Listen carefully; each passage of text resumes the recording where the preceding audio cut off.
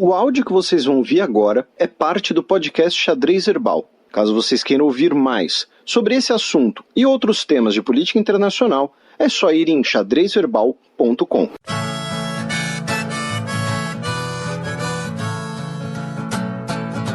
Coluna aberta. York City, summer sweat, and the boys are rolling a cigarette. PSOE, ou PSOE, como é conhecido na Espanha, e Podemos chegam a acordo para formar governo de esquerda.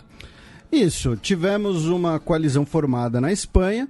Primeiro, vamos, aos fatos, aos números, que nós ouvintes tanto adoram quando a gente fala de eleições. Lembrando que em abril tivemos eleições na Espanha, não formaram governo, foi uma das eleições espanholas, a de abril, com maior participação dos últimos tempos, tá? Só que não formaram governo.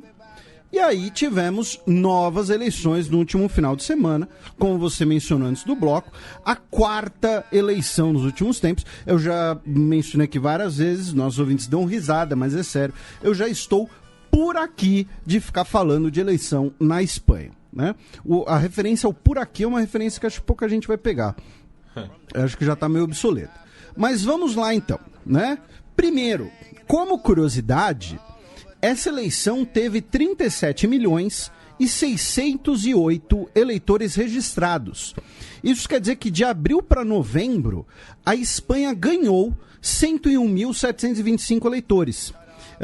Pessoas que atingiram a maioridade eleitoral, imigrantes que tenham ganhado a nacionalidade espanhola nesse período.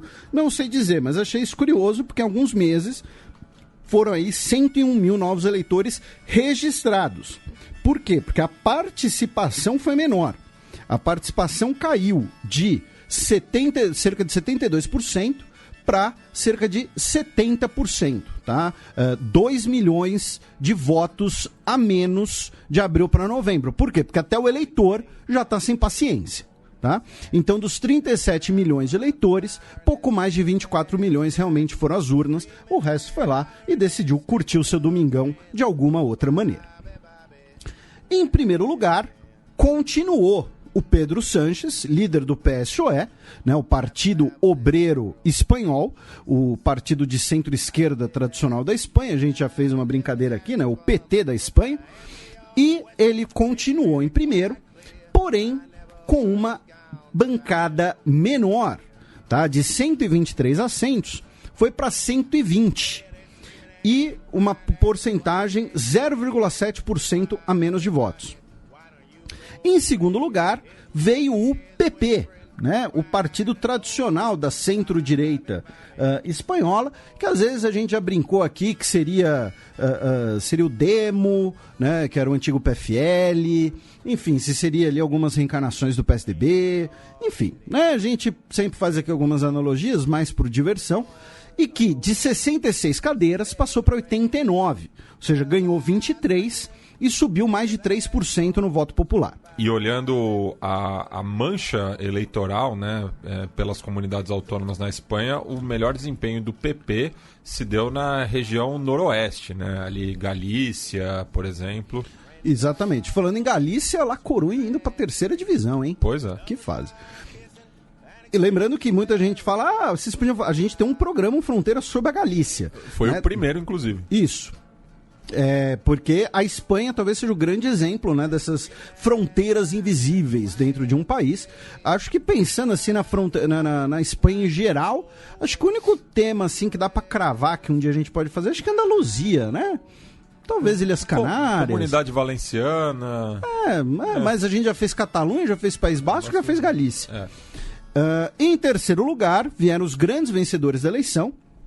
O Vox, o partido da direita neofranquista espanhola, que tinha 24 assentos, passou para 52, ganhou 28, ganhando 5% no voto popular, de 10 para 15. E a região na Espanha que teve o melhor desempenho foi ali no segundo cordão do conurbano de Madrid, um pouco para lá de Retafe ou Leganés, para os nossos ouvintes futeboleiros. Isso. E o Vox é um partido muito forte justamente ali na região castelhana e um pouco também na Andaluzia, né? Foi o primeiro parlamento regional que o Vox teve participação foi na Andaluzia. Mas olhando assim a mancha, foi só em algumas cidades da Andaluzia que teve maioria, né? E pensando nas grandes cidades andaluzas, não ganhou em nenhuma. Aí, em quarto lugar, veio o Unidas Podemos, que de 42 assentos caiu para 35. Unidas Podemos é o partido de esquerda, caiu para 35, ou seja, perdeu 7, perdendo 1,5% no voto popular. Lembrando que, no caso da Espanha, você tem um bônus para o país que ganha em cada constituinte, né, em cada comunidade. Então, por isso que não necessariamente o número de cadeiras é diretamente ligado à proporção dos votos populares, tá? Porque, como a gente disse, tem ali uma espécie de bônus, tá? Para quem ganha em cada região. Voltando, o Podemos de 42 caiu para 35, de 14% caiu para 12,8%.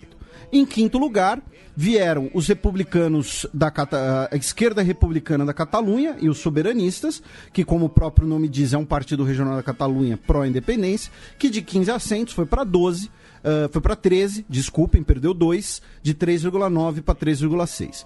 Em sexto lugar, ficaram os grandes perdedores dessa eleição. Enquanto o Vox foi o grande vencedor, o grande perdedor foi os Ciudadanos, de direita, que a gente brinca que seria o Dória da Espanha, né? O partido, né? uma renovação de quadros de direita, que de 57 assentos foi para 10. Tá? Isso meio que vocês ouviram. Caiu 47, de 15,9% dos votos foi para 6,8%. O que aconteceu? Aconteceu que as pesquisas já indicavam que a gente repercutiu aqui. Esse eleitor dessa nova direita espanhola, que seria os Ciudadanos, ele ou voltou para o partido da direita mais tradicional, que foi o PP, que ganhou 23 assentos, ou então foi para esse novo partido ainda mais à direita, que foi o Vox. Então, os Ciudadanos acabou sendo o grande perdedor, porque muita gente que votou nos Ciudadanos anteriormente acabou votando nos outros dois partidos da direita, certo? Fecham o parlamento o Juntos e o Juntos pela Catalunha, né, a versão, o Juntos, o partido maior, e o Juntos pela Catalunha regional, com 8 assentos, ganhando 1. Depois, o Partido Nacionalista Basco, com 6 assentos, mantendo os seus 6. Que é o partido à direita do Euskadi. Isso, o PNV.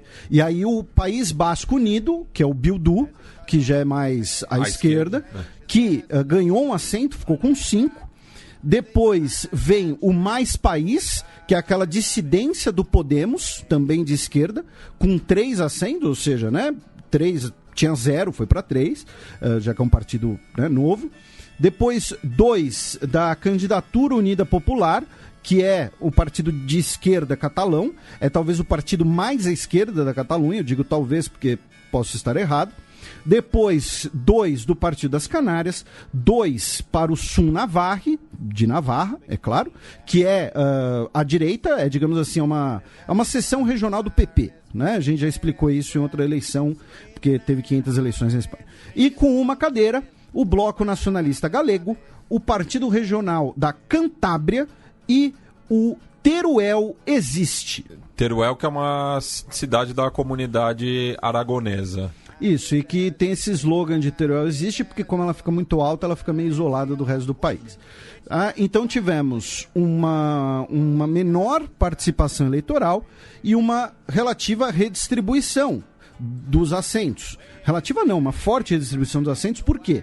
Né? De terceira força, os Ciudadanos caiu para sexto, para uma força hoje quase né, pouco influente. O Vox foi de quinta força para terceira, mais que dobrando a sua bancada.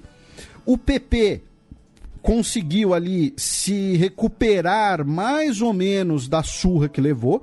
Eu digo recuperar mais ou menos por quê? Porque o PP agora está com 89. Só que, antes das eleições de abril, o PP tinha 135 assentos. Ou seja, o PP ainda vai fechar o ano com 46 assentos a menos do que ele começou o ano. Tá? Então, embora o PP tenha se recuperado um pouco do que ele perdeu para os Cidadanos, ele ainda, né, fecha o ano bastante longe de como começou. Por conta das regras eleitorais espanholas, o PSOE vai ter uma vida relativamente tranquila no Senado, tá? Porque, como a gente disse, né, tem esse bônus do vencedor local.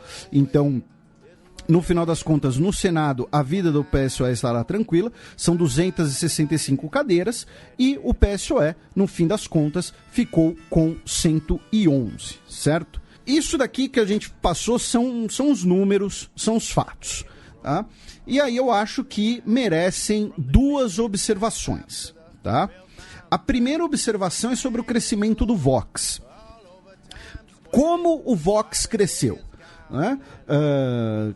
Primeiro, como uma reação, né, dos neofranquistas às políticas no último ano do PSOE, de, por exemplo, de remover os restos mortais do Franco, do monumento do Vale dos Caídos, como uma reação desses castelhanos pós uma unidade espanhola, essa identidade castelhana muito forte, que era personificada no Franco, em relação aos movimentos de independência da Catalunha, e, em terceiro, uma reação ao que foi visto ali como uma passividade muito grande dos Ciudadanos, que inclusive passou ali por umas brigas internas. Tá? Eu não li com muitos detalhes, li apenas uma coluna sobre isso, mas os Ciudadanos teve ali algumas brigas internas pelo seu controle, já que o Albert Rivera, que é o líder do partido, fundador do partido desde 2006, ele é acusado, né, de ser ali, né, ficar ali muito, muito passivo, tanto que ele renunciou ao comando do partido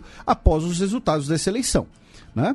Então, isso que acaba explicando um pouco esse crescimento do Vox, né? Uma valorização desse legado franquista, uma reação ao nacionalismo catalão e uma crítica de passividade, para usar um outro termo, né, de bunda molice dos Ciudadanos, tá?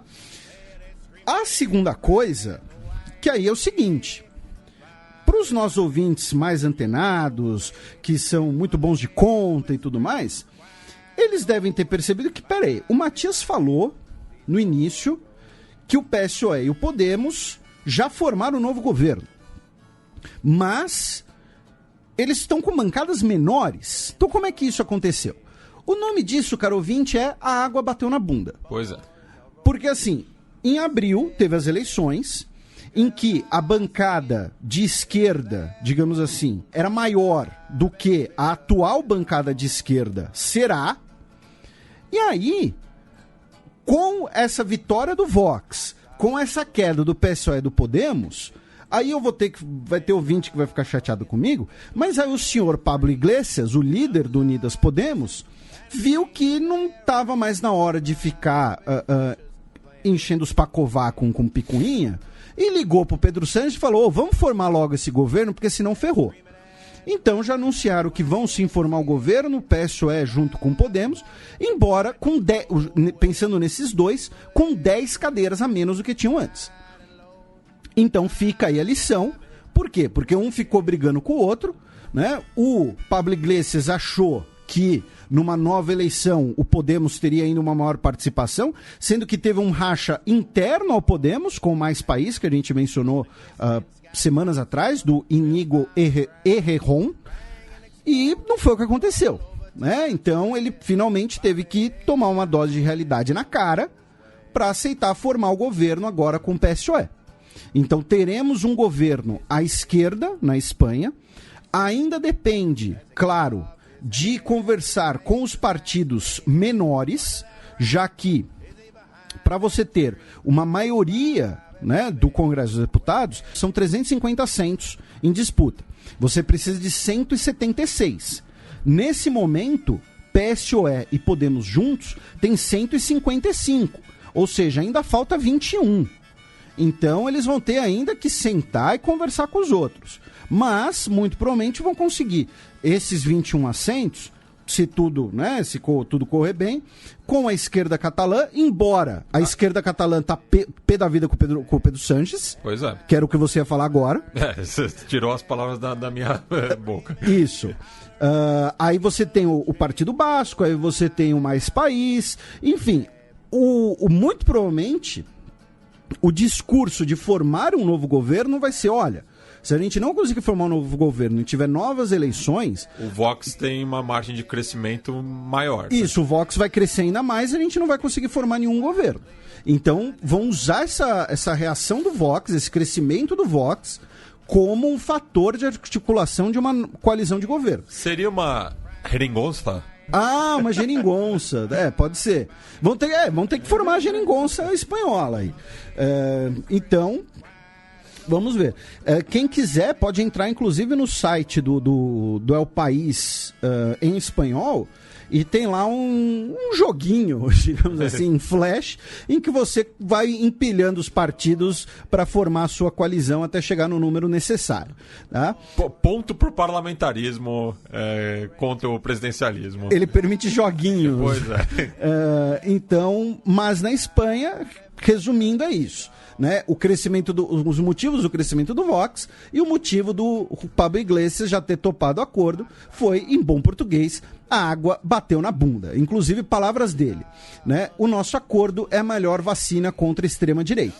Só que assim, ele tinha que ter tido essa noção antes, né, amigão? Agora, não vou dizer que Inês é morta, até porque no caso Inês é portuguesa, né? Mas vamos ver se eles vão conseguir. Além dos dois partidos, né, tem a esquerda catalã, que, como você mencionou, está pé da vida com o Pedro Sánchez, mas ainda tem o Partido Basco, tem o Mais País, tem os galegos, tem o da Cantábria, então, né, vamos ver aí se eles conseguem. E tem uma outra coisa, pode eventualmente ser formado um governo de minorias, a não ser que os partidos de direita se articulem e consigam uma maioria. Dá para formar um governo de minoria. Vamos ver se é isso que vai acontecer. Agora, para a gente começar aqui um breve giro, né, pelo restante da Europa. Essas foram as notícias principais, é claro, as outras notícias são bem breves. Duas do Reino Unido. A primeira é que o Partido Trabalhista Britânico, segundo a BBC, foi alvo de ataques de hackers em larga escala.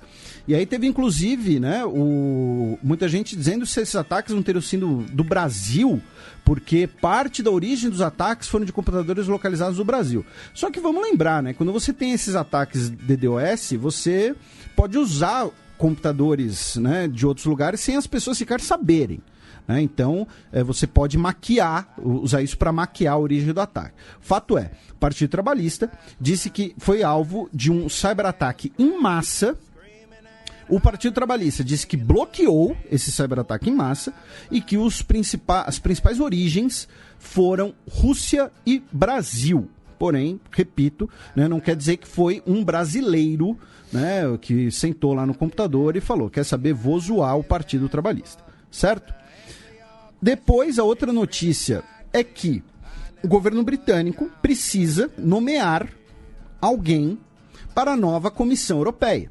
Né? A Comissão Europeia, que é a representante dos governos da União Europeia. E o que acontece?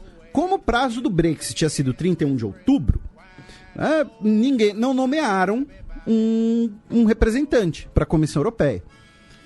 E aí falaram, olha, já que o Brexit foi adiado, vocês têm que nomear alguém. É como se o assento britânico estivesse lá vazio. Né?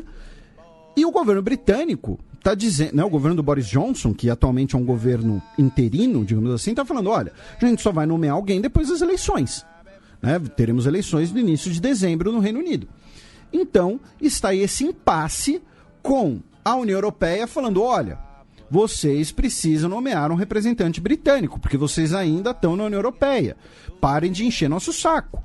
E o Reino Unido está falando, olha, a gente não nomeou ninguém porque a gente queria ter pulado fora. E agora a gente vai esperar as eleições. Então, vai ficar um jogando a bomba no colo do outro, né? Sabe quando o pica-pau fica dando a panela, fica trocando a panela de mão para um bater na cabeça do outro? Então, vai ficar isso até alguma solução.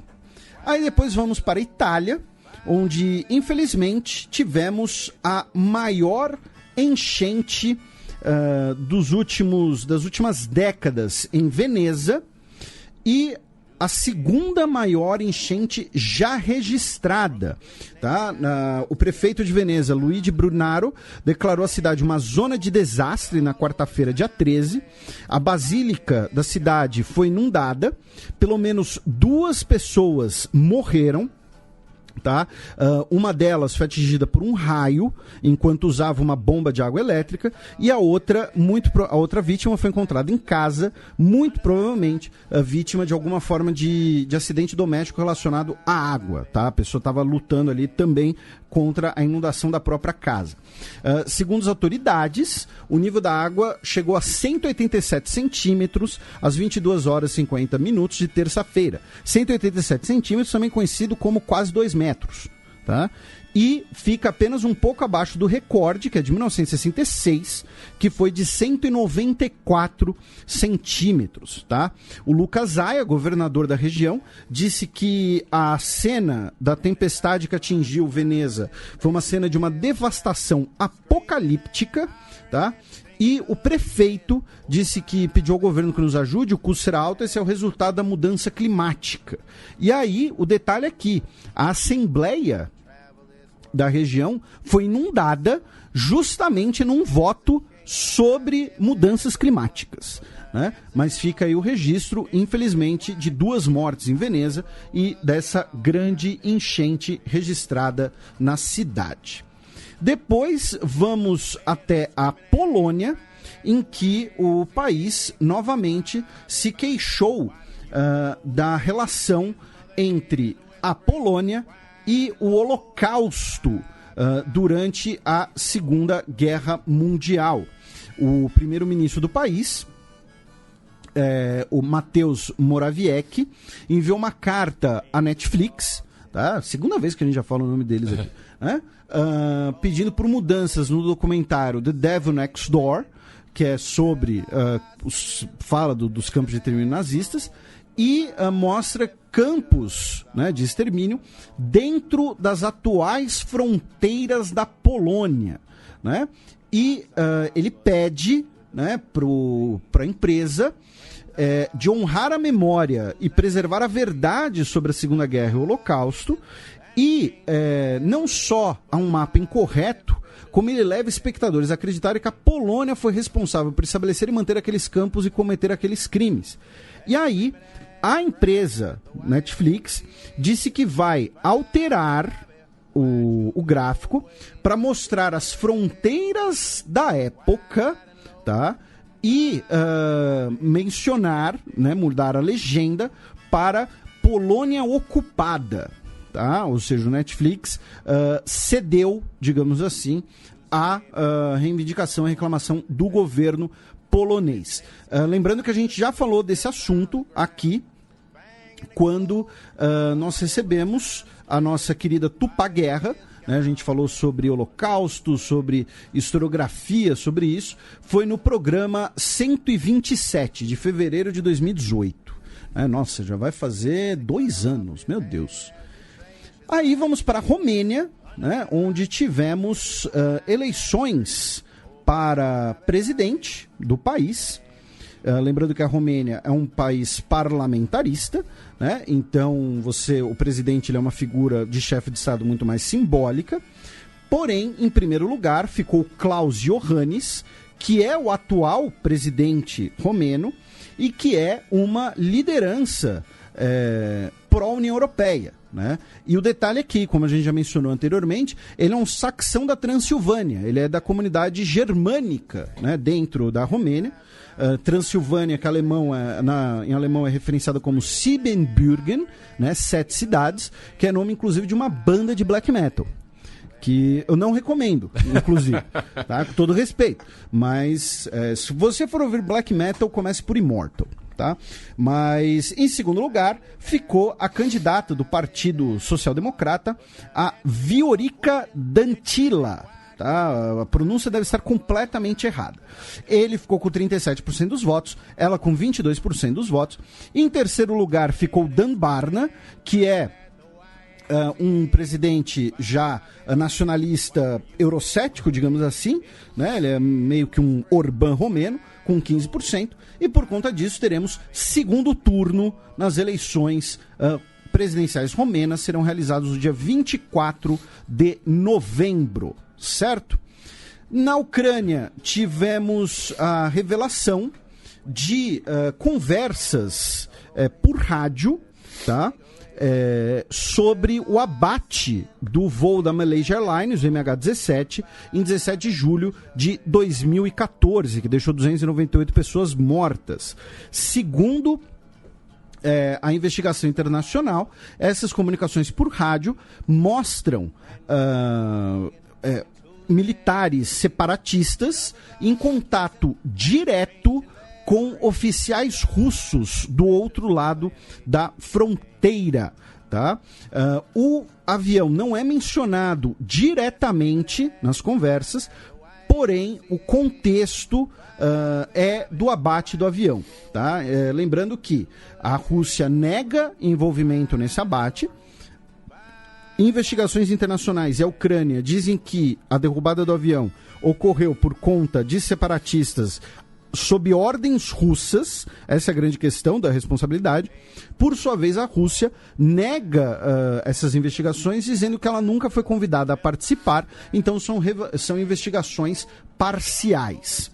E finalmente, falando em Rússia, uma notícia completamente bizarra, tá? Mas um historiador, especialista em período napoleônico, chamado Oleg Sokolov, ele, professor universitário, ele recebeu, inclusive, a Legião de Honra da França, foi homenageado pelo Jacques Chirac em 2003. Ele foi preso no sábado, tá? No último sábado, com hipotermia, dentro do rio congelado, o rio Moica, porque ele estava tentando jogar no rio a mochila dele. A mochila dele que continha os restos mortais de uma ex-aluna dele com a qual ele tinha um relacionamento amoroso. E ele confessou o homicídio, dizendo que ele pretendia se livrar das provas no rio e depois cometer suicídio na fortaleza de Pedro e Paulo, que é a origem da cidade de São Petersburgo, vestido como Napoleão. Então é uma notícia completamente surreal, né? Porém, é uma notícia que está tendo uma repercussão muito grande, tanto na Rússia quanto na França, já que na França ele foi professor universitário lá e a porta-voz da chancelaria da Legião de Honra disse que eles vão pedir ao presidente Emmanuel Macron que retire a medalha do historiador, tá? Então, além disso, ele era membro de um dos principais conselhos do Ministério da Cultura russo, tá? Então, é uma notícia que está tendo ali uma repercussão, né, bastante grande, não só pela sua, né, bizarrice.